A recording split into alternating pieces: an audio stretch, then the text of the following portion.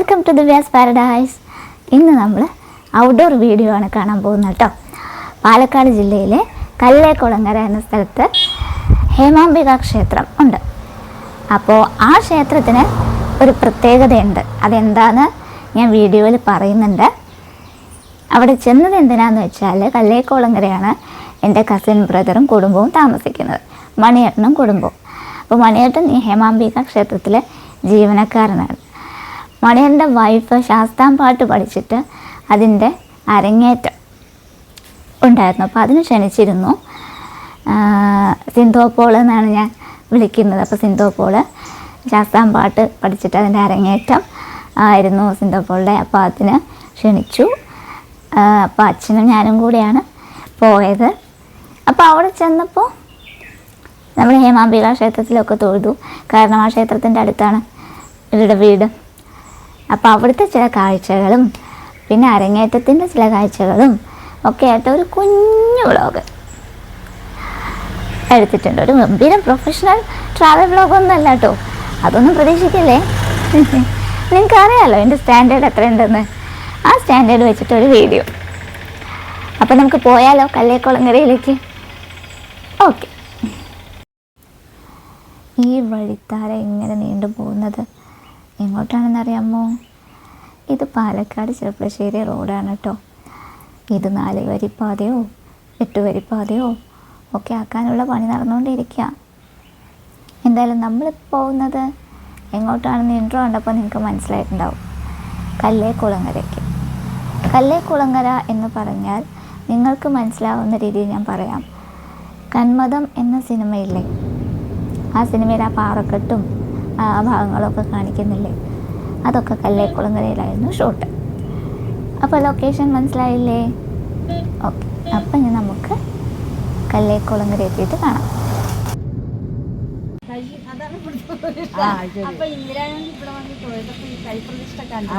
കോൺഗ്രസിന്റെ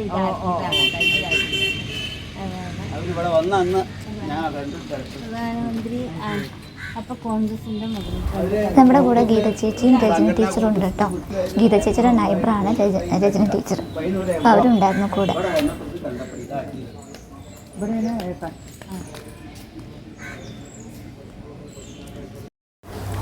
ഗീത ചേച്ചി പറഞ്ഞത് കേട്ടില്ലേ, അത് തന്നെയാണ് ഈ ക്ഷേത്രത്തിൻ്റെ പ്രത്യേകത. ഇതൊരു ദേവീക്ഷേത്രമാണ്. പക്ഷേ ഇവിടുത്തെ പ്രതിഷ്ഠ എന്ന് പറയുന്നത് കൈപ്പത്തിയാണ്. 2 കൈപ്പത്തിയാണ് ഇവിടുത്തെ പ്രതിഷ്ഠ. ഭഗവതിയുടെ കൈകളാണെന്നാണ് വിശ്വാസം. ഐതിഹ്യം എന്താണെന്ന് വെച്ചാൽ മുഴുവനൊന്നും ഞാൻ പറയുന്നില്ല. ഭഗവതി അടിയിലേക്ക് താണു പോകുമ്പോൾ, അതായത് കുളമാണല്ലോ, 4 പുറവും കുളമായിരുന്നു ഇതൊക്കെ. അപ്പോൾ കുളത്തിലേക്ക് ദേവി താണു പോകുമ്പോൾ 2 കൈകളും പിടിച്ചു, പോവാതിരിക്കാൻ വേണ്ടി പിടിച്ചതാണ്.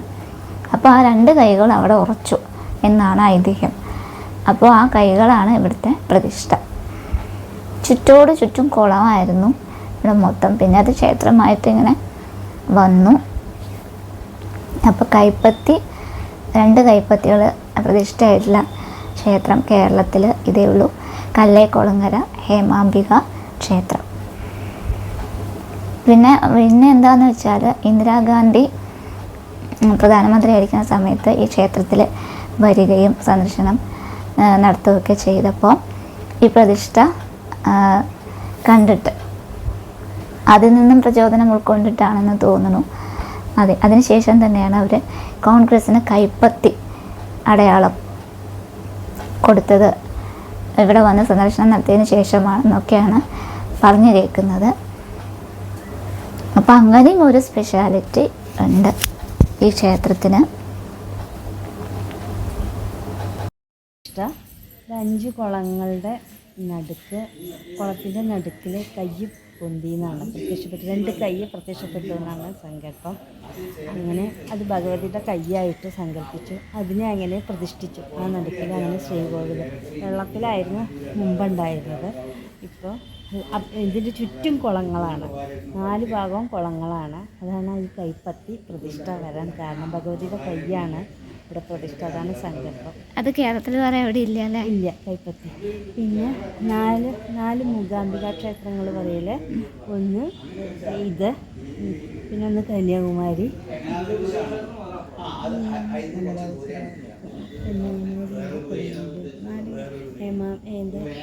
ചോദിച്ചാൽ അറിയാം. 4 ഹേമാംബിക ക്ഷേത്രങ്ങൾ പറയും. ഒന്ന് കന്യാകുമാരി, ഒന്ന് കല്ലാകുമാരി, കൈപ്പത്തി,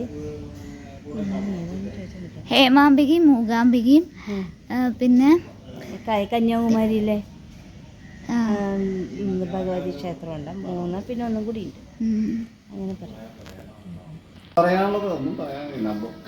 ഇതാണ് മണിയേട്ടൻ. മണിയേട്ടനാണ് ഇവിടുത്തെ കഴകം.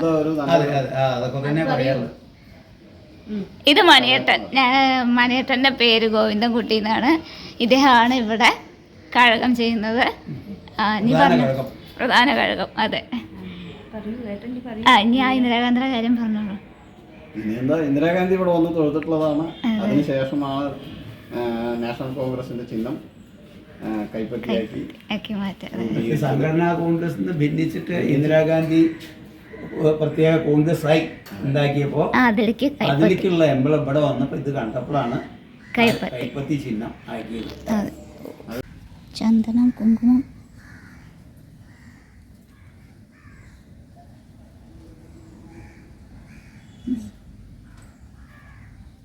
ചന്ദനം. അമ്പലത്തിന്റെ ശ്രീകോവിൽ പണിക്ക് വന്നിട്ടുള്ളതാണ് ഈ തൂണുകളും കാര്യങ്ങളും ഒക്കെ.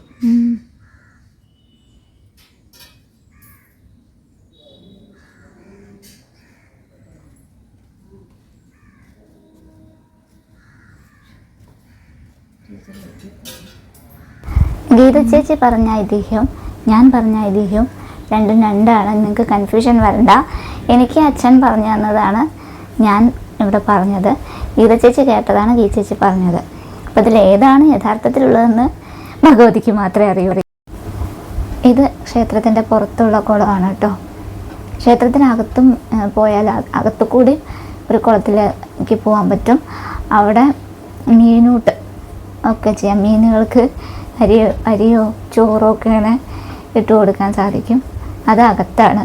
ഇത് ക്ഷേത്രത്തിന് പുറത്ത്.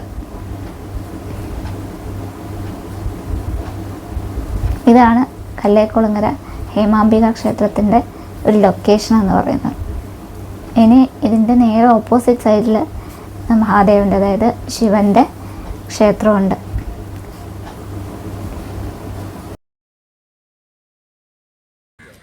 ഹലോ, നമ്മൾ കല്ലേക്കുളങ്ങര വന്നിരിക്കുകയാണ് കേട്ടോ. അപ്പോൾ ഇവിടെ അമ്പലത്തിൽ വന്ന് തൊഴുതു, ഹേമാംബിക ക്ഷേത്രത്തിൽ. പിന്നെ ഒരു പരിപാടി, ഇനി വേറൊരു ക്ഷേത്രത്തിൽ പോകണം, ഈശ്വരമംഗലം. അവിടെ അയ്യപ്പൻ പാട്ട് അരങ്ങേറ്റം നടക്കുന്നുണ്ട്. അപ്പോൾ നമ്മുടെ ഏടത്തിയമ്മയുടെയാണ്. അപ്പോൾ അത് കാണാൻ വന്നതാണ് അരങ്ങേറ്റത്തിന്. 6 മണിക്കാണ് സമയം പറഞ്ഞത്. എന്തായാലും അങ്ങോട്ട് പോവാണ് കേട്ടോ. ഹേമാംബിക ക്ഷേത്രത്തിൻ്റെ നേരെ ഓപ്പോസിറ്റ് സൈഡിൽ ശിവൻ്റെ അമ്പലം ഉണ്ടെന്ന് പറഞ്ഞില്ലേ, ആ അമ്പലമാണ് ആ കാണുന്നത്. അമ്പലത്തിൻ്റെ പിന്നിൽ പാറക്കെട്ടാണ് കേട്ടോ. അത് മലയല്ല, പാറയാണ്. ഞാൻ ഇപ്പോൾ നിൽക്കുന്നത് മണിയേട്ടൻ്റെ വീട്ടിലാണ്. നേരത്തെ നമ്മൾ അമ്പലത്തിൽ നിന്ന് കണ്ടില്ലേ, മണിയേട്ടൻ്റെ വീട്ടിൽ നിന്നാണ് ഞാനിപ്പോൾ വീഡിയോ എടുക്കുന്നത്. ഇനി നമുക്ക് ശാസ്താംപാട്ട് അരങ്ങേറ്റത്തിൻ്റെ ചില ഭാഗങ്ങൾ കാണാം കേട്ടോ.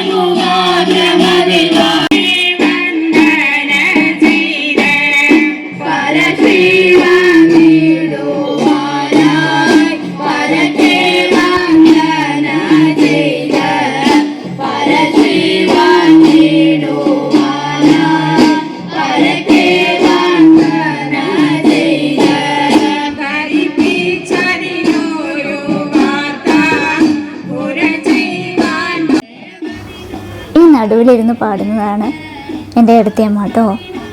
ഞാൻ സിന്ധു അപ്പോൾ എന്നാണ് വിളിക്കുക.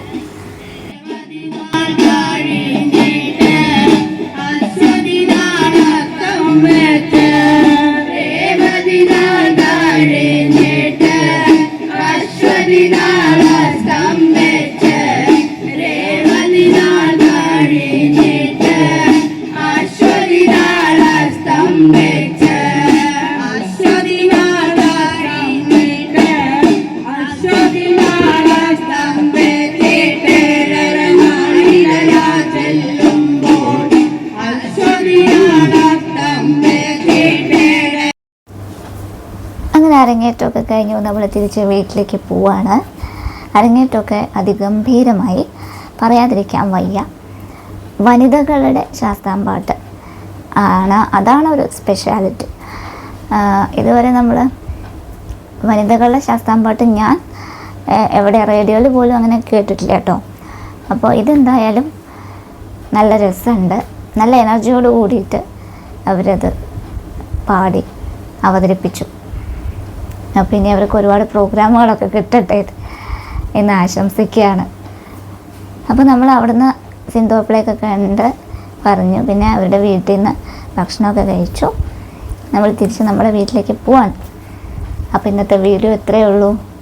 നമുക്കിനി പുതിയ വീഡിയോസുമായി നാളെ കാണാം. അതുവരേക്കും ടാറ്റ, ബൈ ബൈ.